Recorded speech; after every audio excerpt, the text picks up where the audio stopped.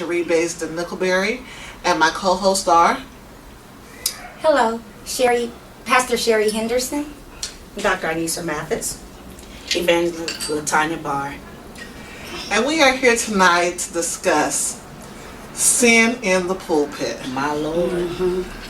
What do you guys think about that? Some people don't really think that the pulpit has sin in it, that we are obsolete from sin.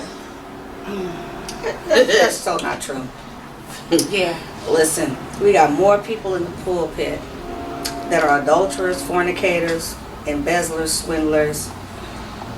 I'm gonna leave that part Liars. alone. Liars and cheats, drinkers and smokers, get high before they come to the pulpit. I mean, the list goes on. And I mean, but they can preach the house down. I mean, I know some folks that can preach and make the blind person able to see. But they don't have a relationship with God. I mean, we see this all the time, but we have spent so much time covering. You know, it's okay. That's the pastor. That's the man of God. That's the woman of God. We just prayed him through. You know, everybody has faults and everybody has issues, but when it comes to ministry, when it comes to the mantle of ministry, we all have a responsibility. Amen. And I think one of the things, let's just say it like this. We don't have an Ananias and Sapphira experience, meaning that we hide behind our sins and no one doesn't care, and they don't have the discernment that we need to say, hey, you're wrong, or we don't want to rock the boat, so to speak. If I say this about the man of God or woman of God, then people are going to come at me, and people do come for people. People have been threatened. People have been threatened to be killed. People have been threatened with drugs. You'd be surprised at what some of the saints do, especially in leadership. There's a lot of sin in the pulpit, and I believe that's one of the major reasons why we are struggling as a body of believers across the board. It doesn't matter what denomination. It's because of that. Because it starts from the top all the way down. You're exactly right. And I think that the people of God want to close their eyes to what the people in the pulpit try to hide. They want to pretend like we are Jesus and we can walk on water instead of believing that we are human and we have the same issues that they have. Amen. Right. This is true. We fall short just like they do. Every day. Absolutely. Every day. And I think also that they criticize us harder. You know, I do know that we do have a different standard, but y'all, sometimes they hard on the man and woman of God. Just because. I think that there's a difference between spirituality and religion. There is. Because you There's a big religiously difference. brush your teeth every day. That don't make you have a relationship with that toothbrush. That's right. That's right. So Right. I think that, That's a good like analogy. you said, that people can pray a blind man to see. They have worked on their religion so much that they forget their relationship with God. Well, you also have to remember, Pastor, that the gifts come without repentance. Amen. So, you know, it's one thing to be gifted and a whole nother thing to be anointed. Amen. Right. Amen. That part. Amen. That part. That's the part. I had someone ask me a couple of years back, and they were asking me who was my favorite preacher, who was my favorite speaker, and I said, no, I don't really have one. And they were adamant, like, you've got to have a favorite preacher or speaker. I said, let me put it to you like this. When I hear a man or woman of God preach and they're in the pulpit and leadership, I'm listening for a sound. And I don't hear that sound, that anointing. I hear a lot of fluff. I hear a lot of good words. I hear a lot of articulation. I hear a lot of scriptures that they can say with their eyes closed in their sleep. But what we don't hear is the sound and the presence of God. You're right, Pastor Cherie. People are hard on us. They have an expectation. So when we get into the news or when they talk about what we're doing or what we've done wrong, it is such a huge issue. But we are human, but we are called to a higher calling and standard.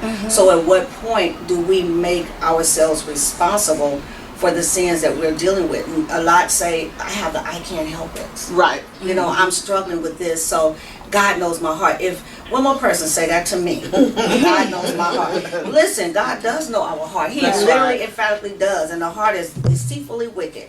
And the heart will send you straight to hell while you're sitting in the pulpit. So to say that so loosely and facetiously, again, has cost us so many different things in the church, which anything goes because, well, the pastor's doing it.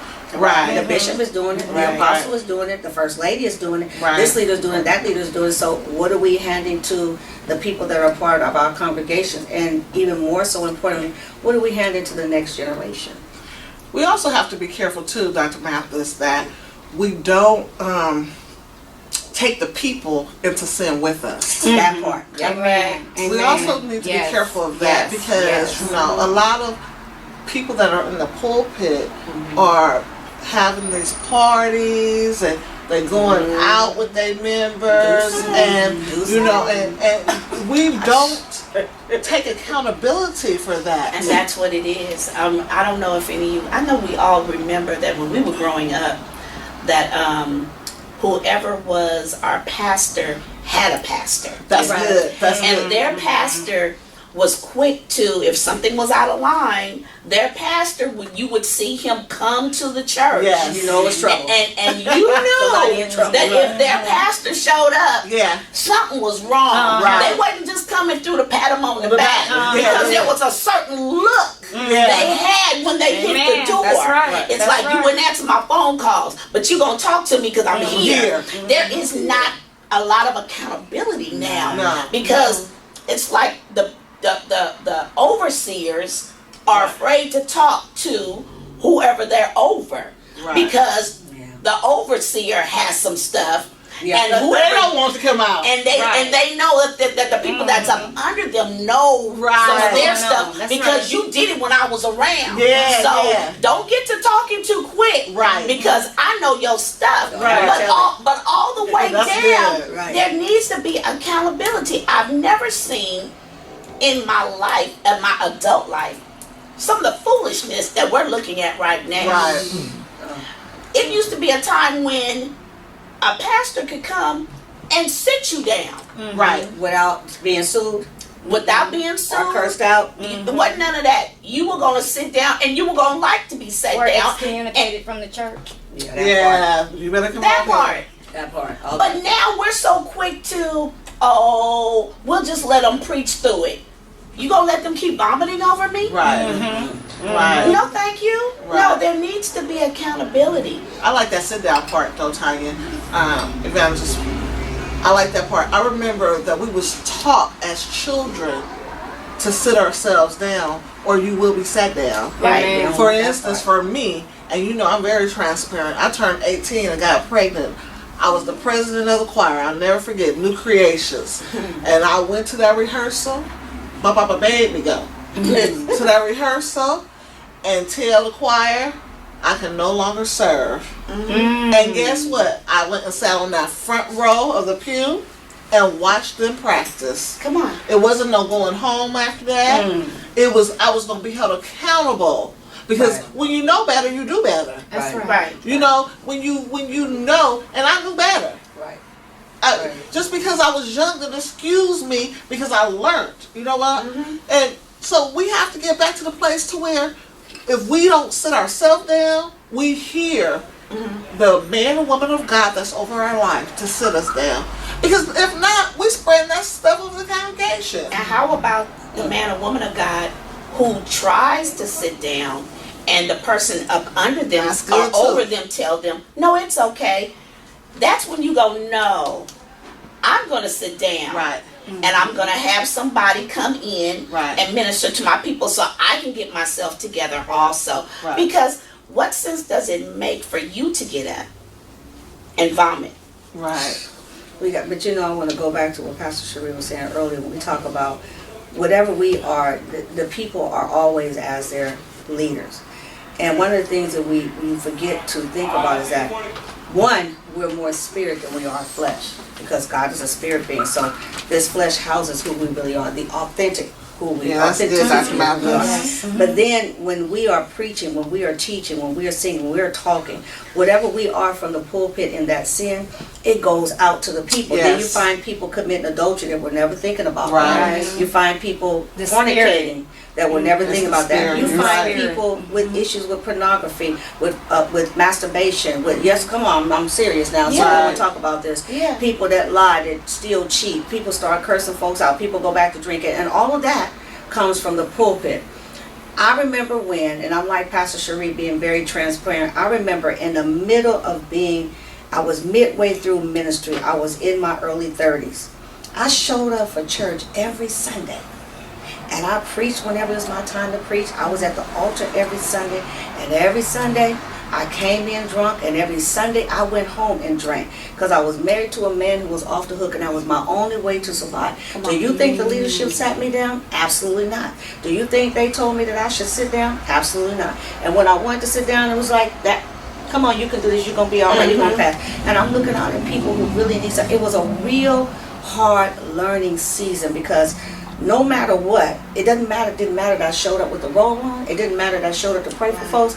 I was in sin from the pulpit. Right. And nobody thought enough or had enough discernment to say, this is not okay. Right. That taught me a very great lesson, but it also took me back to my roots because they would sit you down. I remember my mother getting remarried and the pastor sat her down right when she was getting up to sing in the choir. No, you're going to be singing. Take that robe off and sit down. She took the robe off and sat down. So we have this and we forget the fact that just because we hide it in the fleshly realm doesn't mean that it's not showing up in the spirit realm. And that's where we have the issue. People be literally about to lose their mind. I don't know what happened to me. I don't know what's wrong. And look at your leader. That's good. It used to be a thing called your slip is showing. Oh, your slip. You know, you ought to be able to walk up to somebody, and I'm not talking about just outright clowning people. Right. Now, there are a few that needs a little clowning session. Don't get the clown session. Now, don't get me wrong. Yeah. You get your red nose and you come in there with your thing and say, it's on. But you know, I'm talking about the people that you take them to the side. Right. And you say, excuse me. Your slip is showing, and when they get that look, then that opens up the conversation, right? And then you can talk. You know, you can talk to them. But we're in a time in a season where you can't tell nobody nothing Unless you want to fight. Yeah, and it's like let me ask this. So we're up here and we're talking about sin in the pulpit. What do you think about the fact that so many people before us, we have lost a generation. And this generation feels like we're hypocrites. Yeah. Let's just be honest. Right, that's good. They don't see the deliverance in the church. So then they wonder, I don't want to go and play church. Right. So we have a whole generation that basically has turned its back on God because of what we did. Come on. And what we are doing. And what we are doing. Yeah, we are doing. So church is not the place that it used to be when my grandmother was gone. It's not that same place. It used to be a place to get away. It used to be a place of reprievement with our civil rights. It used to be a place where we went to for healing. That's what I was It's gonna not say. that place anymore. No, it's not the same place that it used to be when I was a child. I need you, Jesus. Amen. At the altar. Amen. Just Amen. giving God just everything. Just laying it all out. Not leaving. You know, people take that word Terry for not what it means. That's right. You know, That's right. We need That's to go good. back to That's where good. we just lay on the altar and give it all to God. They're not doing it that. Matter of fact, church is being rushed now. Oh, That's yeah. counter-hurt. That's a counter-hurt. It is. Move, go up, get somebody, lay their hands on your head, go back to your seat. Don't care if you've been delivered. Don't know what you came up here for. We don't care. But we have to hurry up. But we will take an eon to get that offering. Yeah. Oh, that third you offering. better say it. That second offering. That benevolence. The benevolent offering. Whatever other offering. Pastor's offering.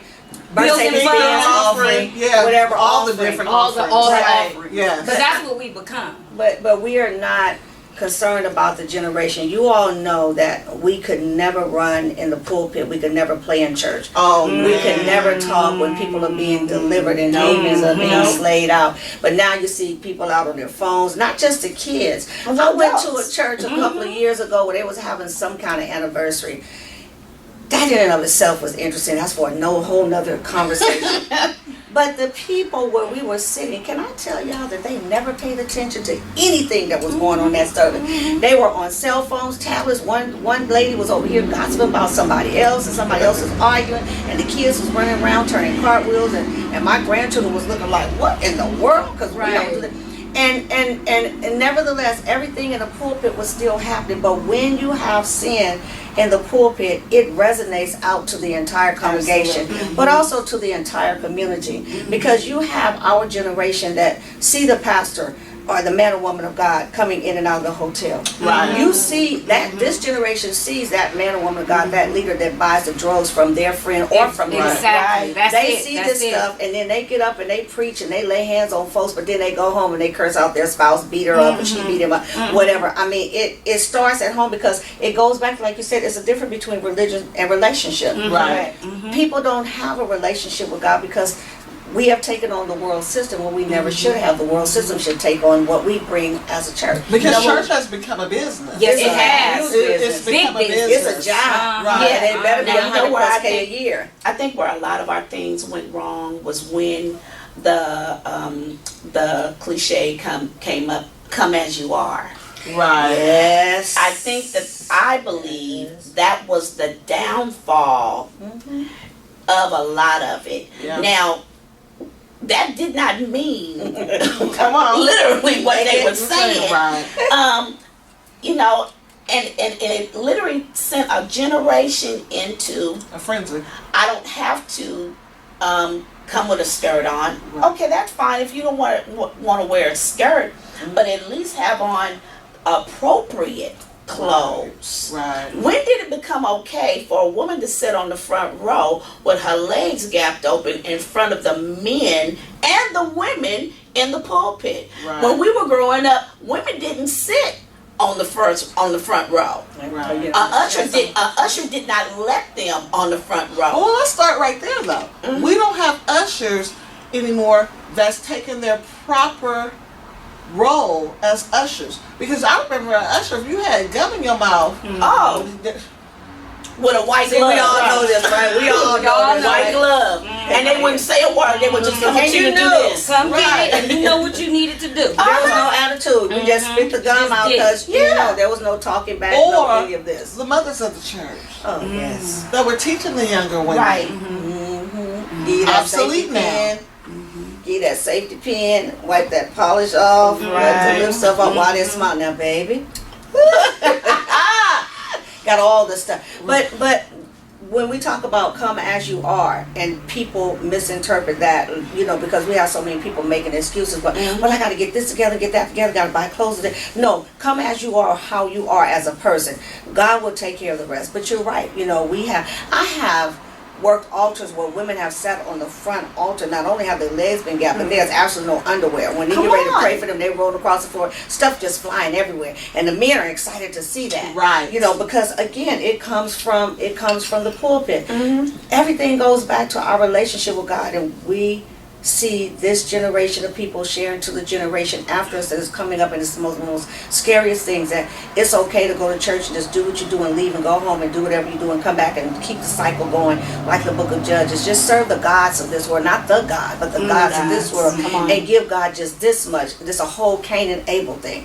I don't really need to have a relationship with God. My relationship is when I give my tithes and offering, whatever I feel like giving God on any given Sunday. My relationship is that I show up to God. Now, God, I showed up to the house of God on a Sunday. It is actually not only a business, but it is a social club. Right. On a Sunday. Yeah. Let's see what you got on. Let's see what you got on. Let's see who can preach the hardest. Blah, I'm blah, gonna blah, go blah, blah. hang with my clique because these is the people that's giving the most tithes, and they gonna run the church And anyway. we're going to eat after. Right. Not the rest of y'all, just Yes. us. Right. It's the click. And we'll drive by you and know you need a ride. Right. In the rain. Or you hungry and we going to eat and we Right, ain't taking you right, with right. us Because you're not our type. because you're not part of our clique. Because see, that's what sin brings on. That's Right. We have That's arrived. Right. But we're still in the earthly realm, but we have arrived. We see so much of that, and it just really, it breaks my heart, because one thing that we forget is that this generation of us, we are so blessed to have had the opportunity to have that foundation. Amen. But yet that foundation is what we're supposed to give back to this generation, and we are not giving it back. We're so engulfed in ourselves. Let me put it to you like this. We're so busy platforming until we don't even, I can't You better do say it. another conference, another seminar, another this, another that, and we come in, everybody got to see who has on what, and you have just left the bed with him, her, they, them, it, whatever, and you've done whatever, and you show up and you're talking about we had a glorious time of the Lord, and it's just as empty, you know, and then you leave and you come back the same. The But we exact keep same doing this way. over and over. So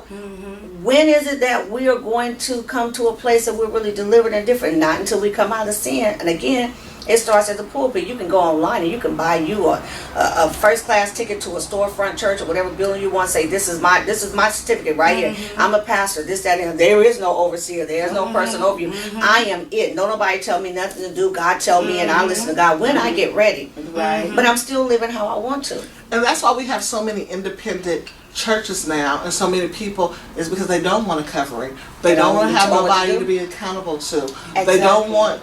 They got so many don't wants, so they will go online. They will get them a little ordination piece of paper, and that's what they call it, a little piece of paper, to be able to do what I want to do. I've never seen so much of that. You just started preaching. Weren't you an usher last week? And now you're a bishop. Right. Apostle. You just and now you got a preacher's collar and you got a different color preacher's collar. Right, now you the bishop, and it's like, weren't you just? Yeah. You just got 5 minutes ago. 2.5, and you don't, and then on top of all that, you can't help no one. Right.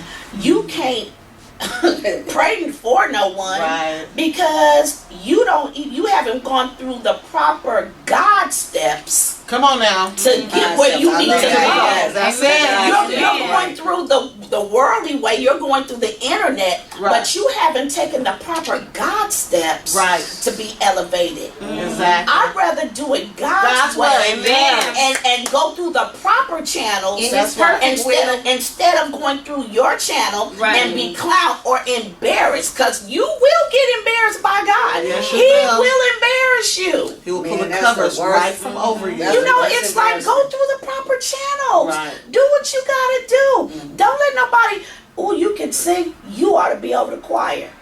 You can't sing. I'm good. I'm good. You know what? You did a great thing. You ought to, you've been called to preach.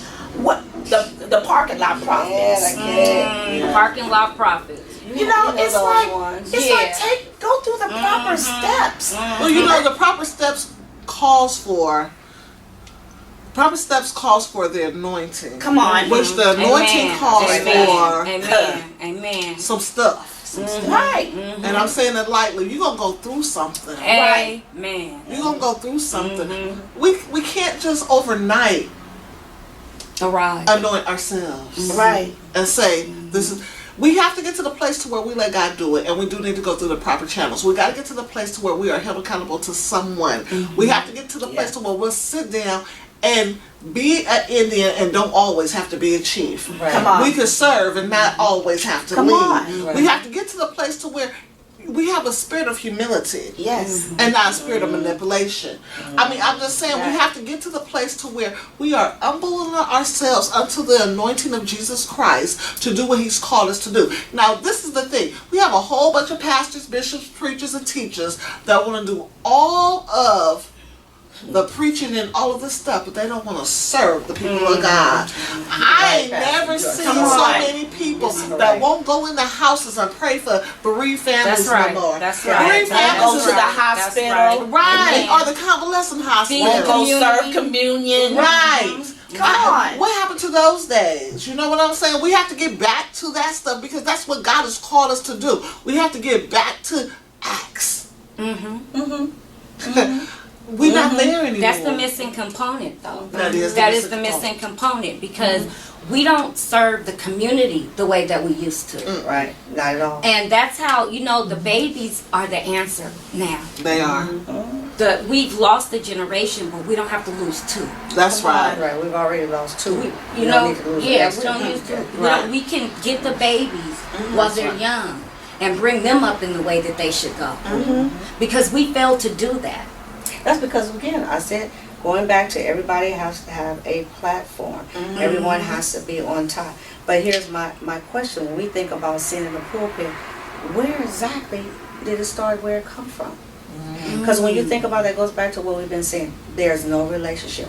God requires relationship. And there are many people that are in the pulpit that have no business being there. They're just straight hirelings, and yes, I'm going to say it, and straight pimps. Straight pimpers. Yes, I have to say that. Yes, Lord. Because this is what we have, because it's a business. It is. How many people can I get to be under me? Because that makes me feel good. It makes me feel important. how much money can I get because I need to buy this, that, and the other. How many cars can you drive at one time? Right. How many houses can you live in at one time? Right. How many trips can you take in 1 year? That's right. And how many jets do you need to get you so you can go and preach to the people? Can you get your behind on an air flight like everyone else? And here's the But see, thing, you start to have all of that, so then it goes back, like you said, we're not serving the community. Nope. I couldn't, in my right mind, be a leader in my community, and I'm sitting at the house on top of the hill, and the people don't have lights, or they don't have food, or they're catching the bus to come so they can hear whatever God is giving me to say. Right. But yet I'm not concerned about that. I cannot. So that when you do not have a relationship with God, you care nothing about what happens with the people. No. It's been raining. I've caught 3 buses to come here, Pastor, to see you, man of God, woman of God. You didn't even think enough, and you don't have enough discernment, if you have any left, to see that I'm struggling. And I'm about to be put out any day now. Right. And you got space, but you don't want to have anyone in my house because I don't want those spirits. I mean, this is all kind of stuff. But when you don't have a relationship with God, you are going to have sin in the camp, and you're going to have sin in the pulpit. And the sin can be simple as something that I refuse to forgive or I refuse to serve the people. You better come on. Because in order for you to be a great leader in a pulpit, you have to be a great follower. You have to be a great servant.